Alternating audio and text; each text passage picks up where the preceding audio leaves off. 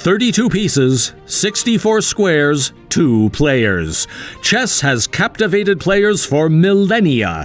It is believed to have originated from the Indian game of chaturanga, which served as a forerunner to the Persian game of chaturang that would spread throughout the Muslim world after the Islamic conquest of Persia.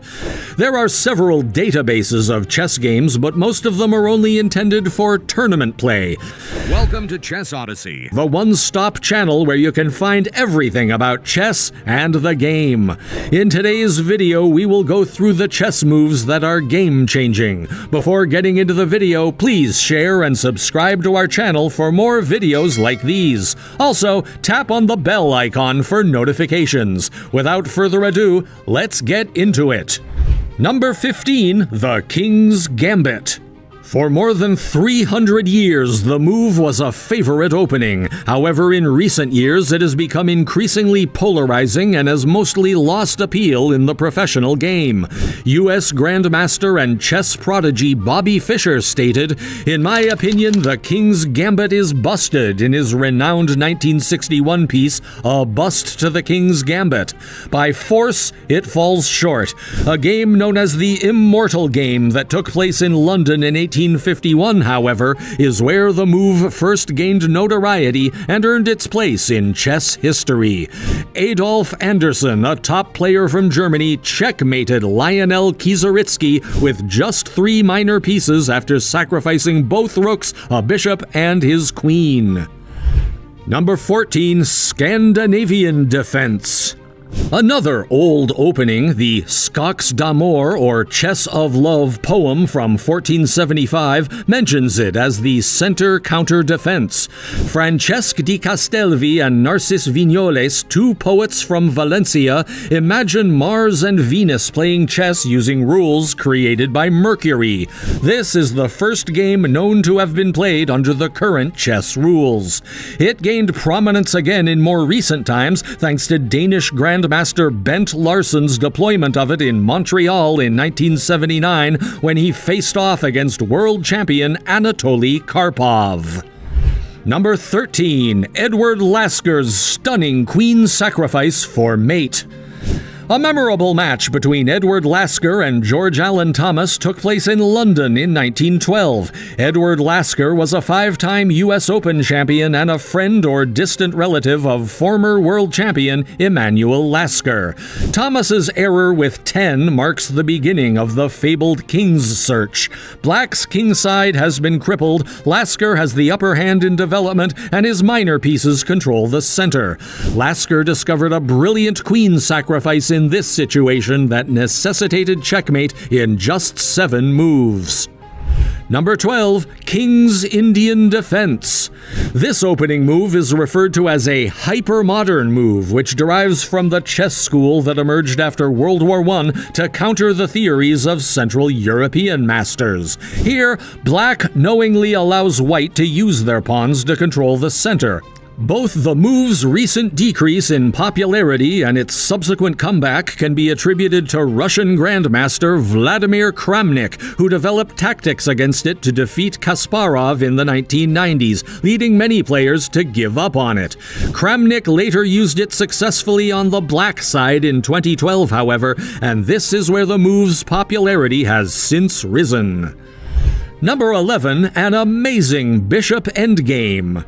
Due to the fact that it is the only study and the position was not created by a game of 2 players, the bishop endgame on this list is special. The Harold van der Heyden Endgame Study Database 4 states that P. Hoyaker wrote this study, which was then published in New Free Press in 1930.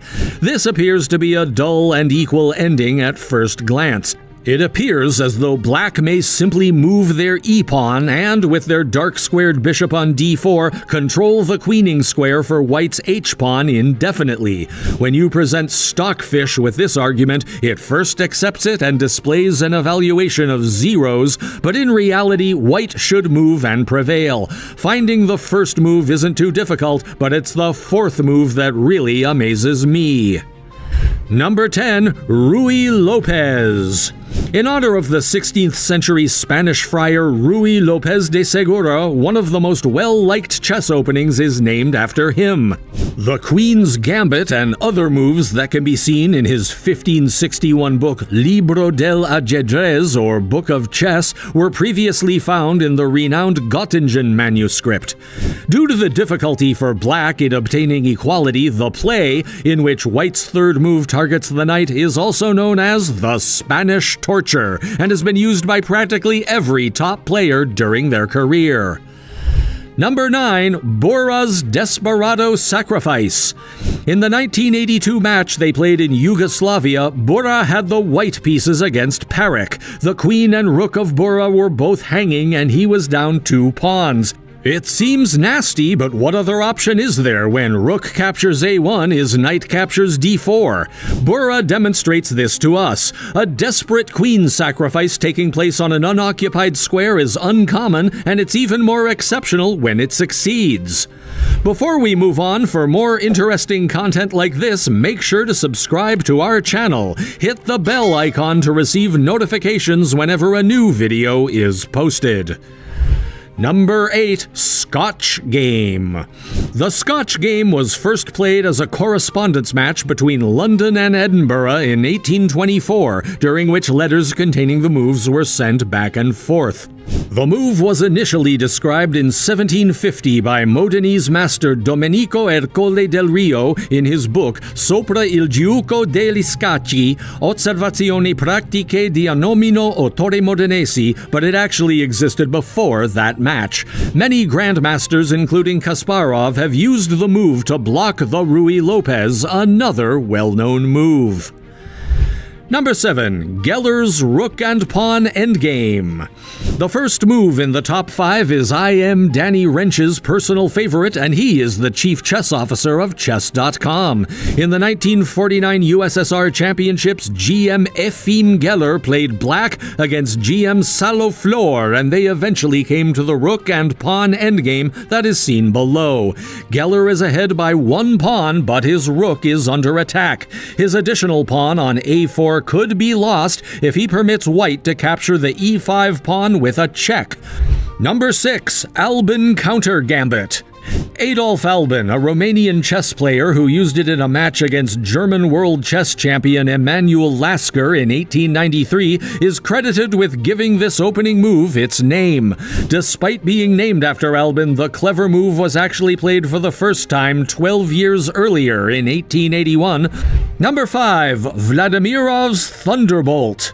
In the 1986 World Championship match against GM Anatoly Karpov, Evgeny Vladimirov, a player of the highest caliber at the time, played for GM Garry Kasparov. He ought to be remembered most for the move he made in 1987 against GM Vladimir Epishin, which led to the situation after Epishin's queen captured b3.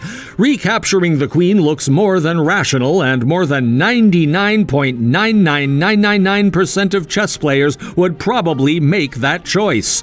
While A captures b3 gives white a substantial edge, C captures b3 is approximately equal according to Stockfish. Vladimirov, on the other hand, had other ideas, and he discovered the one move that instantly wins. Number 4. The Four Knights Game. The move is a part of the open game, a play that starts with e4 and e5 and employs the develop knights before bishops approach. Prior to the First World War, the strategy, which involved inserting the knights into positional play, was widely used. Number 3. Marshall's legendary move. The move Frank Marshall made in this game is unquestionably the best move he has ever made. Frank Marshall was renowned for his amazing attacks and strategies. At the 1912 Breslau tournament, Marshall played black against Stefan Levitsky, and after Levitsky 23, the following position was reached. Although black has a number of plays that could help it keep the lead, one of them stands out in this scenario. One of those maneuvers that rapidly sticks in people's recollections is this one. It is unforgettable to position a queen on a square where it can be grabbed so frequently and still come out on top.